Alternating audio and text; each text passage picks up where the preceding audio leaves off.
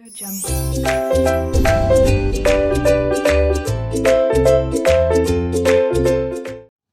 Students, welcome to RK knowledge channel. मैं Prem sir from RK classes. आप 8th standard में देख रहे हैं चैप्टर नंबर 8 प्रैक्टिस सेट 8.2 में ये क्वेश्चन नंबर 5 है। क्वेश्चन नंबर 5 में इन लोगों ने कहा है length of diagonals of a rhombus are 16 and 12। तो आपको एक रोम्बस बनाना है। रोम्बस में ऑल फोर साइड्स इक्वल दिखने चाहिए, ऑल फोर साइड्स इक्वल दिखने चाहिए। अब इसके अंदर इन लोगों ने कहा है दोनों डायगोनल्स के जो मेजरमेंट है इन लोगों ने बताया है। तो जो बड़ा वाला डायगोनल है वो 16 है, 16 सेंटीमीटर, और जो छोटा है डायगोनल जो स्मॉलर है वो है 12 सेंटीमीटर। 12 सेंटीमीटर इन लोगों ने बताया है। अब देखिए स्टूडेंट्स, आप अगर नाम रखते हैं A B C D और यहां पर रख देते हैं M, तो स्टूडेंट्स इन्हें क्या चाहिए? इन्हें चाहिए side of the rhombus and perimeter. तो ये साइड का साइज कितना है लोग पूछ रहे हैं, और इसका पेरीमीटर मतलब बाउंड्री कितनी है। हिंदी में भुजा की लंबाई और परिमिति पूछ रहे हैं, भुजा की लंबाई और परिमिति। तो आपको पता है कि सब साइड सेम होता है, तो एक साइड निकाल लेते हैं, वही सबको दे देंगे। रोम्बस में चारों साइड सेम साइज के होते हैं, 1 2 3 4, चारों साइड सेम साइज के होते हैं। अब देखिए इसमें रूल होता है, ये जो AC है ना ये बीचों बीच में यहां पर डिवाइड हो जाता है इक्वल पार्ट्स में, और ये BD भी वहीं से इक्वल पार्ट में डिवाइड हो जाएगा। मतलब इसे कहते हैं डायगोनल्स बाइसेक्ट ईच अदर। दोनों डायगोनल एक दूसरे को बाइसेक्ट मतलब आधा आधा करना, बीचों बीच में से। तो बीचों बीच में से आधा आधा करते हैं, तो इंग्लिश में कहेंगे diagonals of rhombus bisect each other, और हिंदी में कहेंगे सम चतुर्भुज के कर्ण परस्पर समद्विभाजित करते हैं। परस्पर समद्विभाजित करते हैं मतलब एक दूसरे को सेम साइज में काटते हैं। तो यहां पर ये जो है इसके बराबर हो जाएगा, और ये टुकड़ा जो है वो इस टुकड़े के बराबर हो जाएगा। ठीक है स्टूडेंट्स, चलिए अब बताइए, ये टोटल 12 है और ये सेम सेम साइज में आपने काट दिया तो ये 6 हो जाएगा ना, 6। और ये टोटल कितना है? 16 है। 16 को अगर सेम सेम साइज में काट देंगे तो ये 8 आएगा, बरोबर है। तो पहले यहाँ 6 और यहाँ 8 दिखा लीजिए, उसके बाद इस ट्रायंगल में हम लोग पाइथागोरस चार्ज करेंगे। ठीक है, तो चलिए यहाँ लिखता हूं मैं, बाय प्रॉपर्टी ऑफ रोम्बस, मतलब सम चतुर्भुज के गुणधर्मानुसार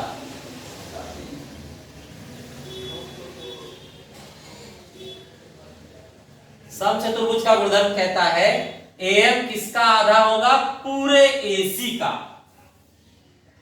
AM जो है वो आधा होगा पूरे AC का।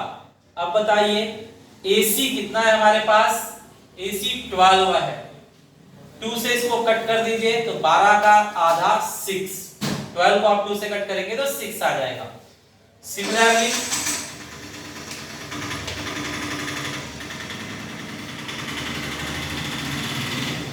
एंड ये जो BM है वो किसका आधा होगा? BD का। तो यहां लिखिए BM जो है वो आधा होगा, BM जो है वो आधा होगा पूरे BD का। तो ये होगा BD कितना है हमारे पास? BD है 16, 16। बताइए 16 का हाफ 8, तो यहां पर 8 हो जाएगा। ठीक है, आप सेंटीमीटर लगा दीजिए, सेंटीमीटर दिया हुआ है हमें, सेंटीमीटर। ओके, चलिए अब जो आ गया वो यहां फिलअप करते हैं। तो ये स्टूडेंट्स मैं हटा देता हूं। हमारे पास AM आ गया है 6 और BM आ गया है 8। अब इस ट्रायंगल में पाइथागोरस चार्ज किया जाएगा। इस ट्रायंगल में पाइथागोरस चार्ज करेंगे तो हमारे पास प्रॉपर्टी है कि रोम्बस के डायगोनल्स एक दूसरे पर 90 डिग्री बनाते हैं। 90 डिग्री है तो पाइथागोरस लगा सकते हैं। तो चलिए दिखाते हैं।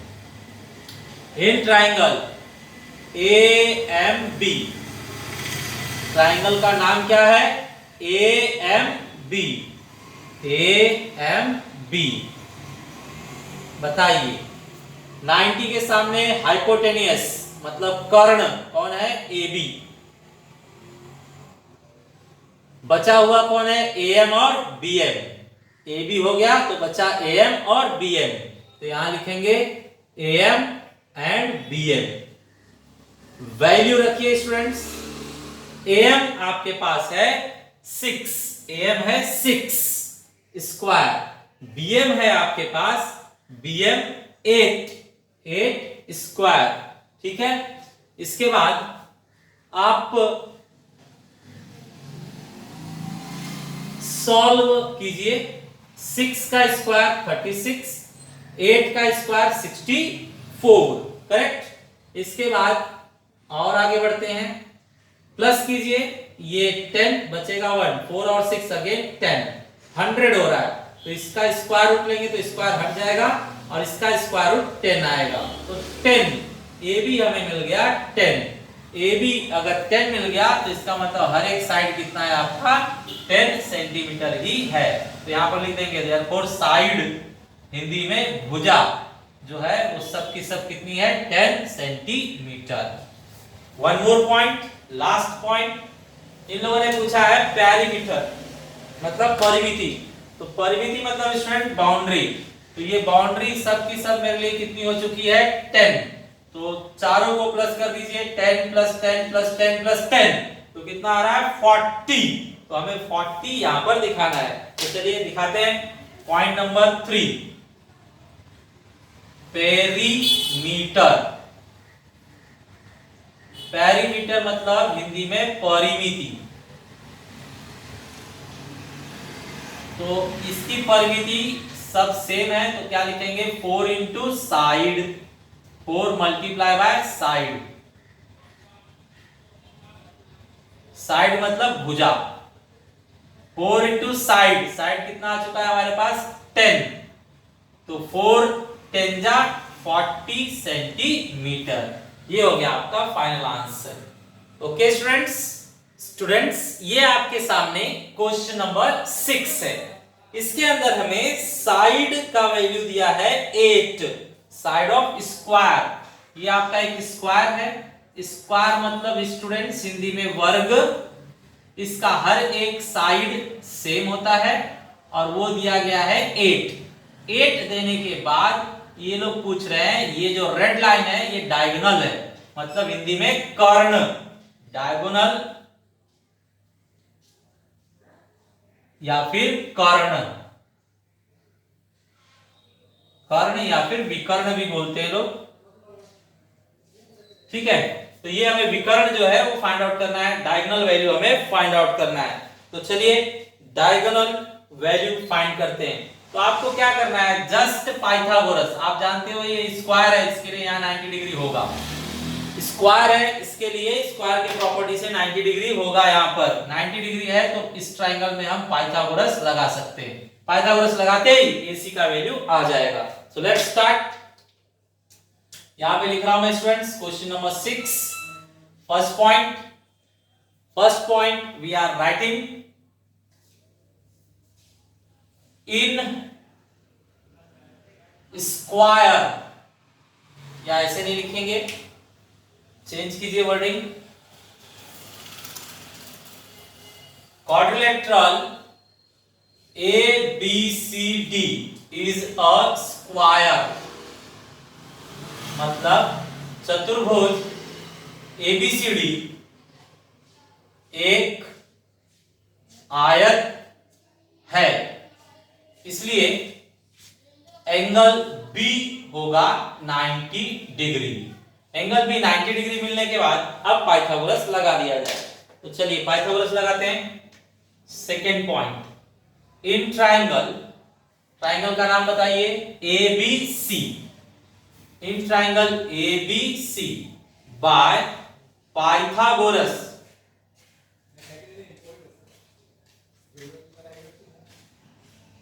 पाइथागोरस थ्योरम, हिंदी में लिखेंगे पाइथागोरस प्रमेयानुसार, बताइए स्टूडेंट, पाइथागोरस प्रमेयानुसार वहां पर 90 डिग्री के सामने कौन है? 90 डिग्री 90 अंश के सामने कौन है? AC। तो AC अकेला रहेगा, बाकी दोनों साथ में। AC अगर छोड़ दिया जाए तो कौन बचता है? AB और BC। AC अगर छोड़ दिया जाए तो बचता है AB और BC। तो यहां लिखेंगे AB square plus BC square. Okay, चलिए AC अपने पास नहीं है, AB है 8 और ये भी BC भी है 8, सब साइड 8 ही है। इसको सॉल्व कीजिए तो AC square is equal to 8 square 64, फिर से 8 स्क्वायर 64, मतलब 64 प्लस 64, मतलब AC square is equal to, आप एक प्लस कीजिए तो 128, मतलब AC स्क्वायर उस साइड जाकर स्क्वायर रूट हो जाएगा, स्क्वायर इस साइड आकर स्क्वायर रूट। तो AC इज इक्वल टू, इसको क्या कीजिए, दो टुकड़े में तोड़ दीजिए, 64 का डबल है ये, तो 64 इंटू 2। अब हम लिखेंगे 64 का रूट क्या होगा? 8, और 2 जो है बच जाएगा। 64 का रूट होता है 8, वो बाहर आ जाएगा, 2 का रूट नहीं होता है इसलिए वो अंदर ही रहेगा। तो इस तरह से आंसर हमें मिल गया। यहां पर लिखा हुआ है, आंसर लिख देंगे therefore diagonal, point number 3, therefore diagonal मतलब कर्ण कितना आ गया? 8√2 सेंटीमीटर। ये हुआ आपका answer. Okay students, next question, question number 7। Question number 7 में देखिए, इन लोगों ने कहा है हमारे पास एक रोम्बस है, रोम्बस है, रोम्बस कैसा होता है? उसके ऑल 4 साइड्स इक्वल, ऐसा, ठीक है, A B C D। ये लोग कह रहे हैं इसका एक एंगल 50 डिग्री लीजिए, 50 अंश। तो जो ये देखिए 90 से ज्यादा है, इसको नहीं ले सकते, तो इसको लीजिए 90 से कम है ये, तो ये 50 डिग्री है, ये 50 डिग्री है। तो ये लोग पूछ रहे हैं दूसरे जो एंगल्स बचे हुए हैं वो कितने डिग्री होंगे, आप बताइए। तो 4 एंगल में से हमें एक ही एंगल दिया गया है, बाकी तीनों एंगल का वैल्यू हमें फाइंड करना है। तो देखिए स्टूडेंट कैसे फाइंड करेंगे, आपको पता होना चाहिए स्टूडेंट्स कि एंगल A और B एक के बाद एक आते हैं ना, तो ये एक के बाद एक आने वाले एंगल्स का प्लस हमेशा 180 डिग्री होता है, 180 अंश, 180 डिग्री। इन्हें कहा जाएगा इंटीरियर एंगल। ये पैरेलल है तो उनका ये इंटीरियर एंगल है, हिंदी में अंतः कोण।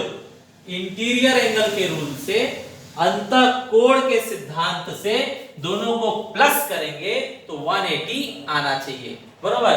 तो ये 50 डिग्री है, तो 180 में से कितना बचेगा इसके लिए? 130, ये 130 हो जाएगा।